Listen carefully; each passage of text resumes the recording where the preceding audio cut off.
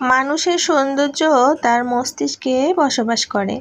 যার মস্তিষ্কের ভাবনা যতটা উন্নত, সে মানুষ হিসেবে কিন্তু ততটাই সুন্দর। হ্যালো এভরিওয়ান, আসসালামু আলাইকুম। আজকে সকালের নাস্তায় রুটি এবং পরোটা দুটাই রেখেছিলাম, আর সঙ্গে বেশি করে কাঁচামরিচ পেঁয়াজ দিয়ে ডিম ভাজা করে নিয়েছিলাম। ডিম ভাজা দিয়ে রুটি অথবা পরোটা খেতে কিন্তু খুব বেশি ভালো লাগে। সঙ্গে সঙ্গে ডিম ভাজা করে নিয়ে গরম গরম খেতে বসলে টেস্ট কিন্তু দ্বিগুণ লাগে।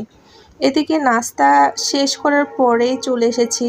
কতগুলো মেখেছে দেখেন, এগুলো সব কিছু মেজে নিয়েছি আর এখন ধুয়ে নেব। রান্না করার আগে কত কাজ করতে হয় এবং রান্না শেষ করার পরেও যে কত কাজ করতে হয় কি বলবো আপনাদের। আসলে যারা রান্না করেন তারাই জানবেন। আর পেঁয়াজ মরিচ এইসব কাটতে কতটা সময় লাগে, আমার কাছে মনে হয় পেঁয়াজ কাটা সবচাইতে বেশি কষ্টের কাজ।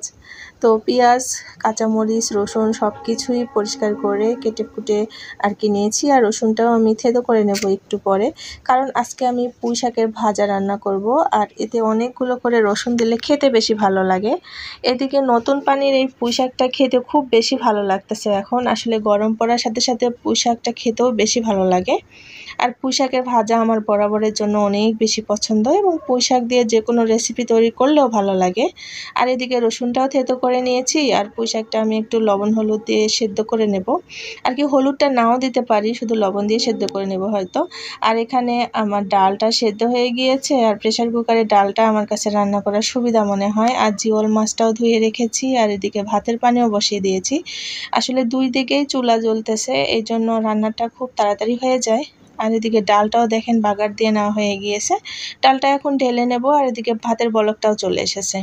এই সব কিছু কিন্তু একসঙ্গে করে রান্না করতে বেশ, একটা রান্না করতেছি আর একটা জোগাড় করতেছি এমনটা হয়, কিন্তু রান্নাটা খুব তাড়াতাড়ি হয়ে যায়। গরমের মধ্যে মনে হয় যত তাড়াতাড়ি রান্না হবে তত বেশি ভালো লাগে। আর এদিকে জিওল মাছ রান্না করার জন্য আমি মশলাপাতি সব ভুনা করে নিচ্ছি। জিওল মাছটা খেতে বেশ ভালোই লাগে, তবে কিনা একটু জিওল মাছের মধ্যে গরম মশলা যদি বেটে দেওয়া যায় তাহলে বেশ ভালো লাগে। তো এই রেসিপিটা আপনাদের সঙ্গে ডিটেলসে শেয়ার করে নেব কোনো এক সময়। তো মাছটা প্রায় কষানো হয়ে গিয়েছে, ওদিকে আমি শাকটাও সেদ্ধ করে রেখে দিয়েছি। শাকটা সেদ্ধ হয়ে গিয়েছে, তো ভাবতেছি একটু বাগার দিয়ে নিই। এই যে রসুন পেঁয়াজ কুচি আর মরিচ এই সব কিছু দিয়ে তেল দিয়ে একটু আর কি কালার চলে আসলে এখন আমি দিয়ে দেব সেদ্ধ করে রাখা শাকটা। অন্য শাক হলে আমি সেদ্ধ করে রাখি না, তবে কিনা পুঁই শাকটা একটু সেদ্ধ করে রাখলে ভালো হয়। এতে করে ডাঁটাগুলো খুব সুন্দরভাবে নরম হয়ে যায়, আর শাকটাও বেশ খেতে বেশি ভালো লাগে। আর পানি সহই কিন্তু আমি দিয়ে দিয়েছি, এখন টানিয়ে নেব আর কি।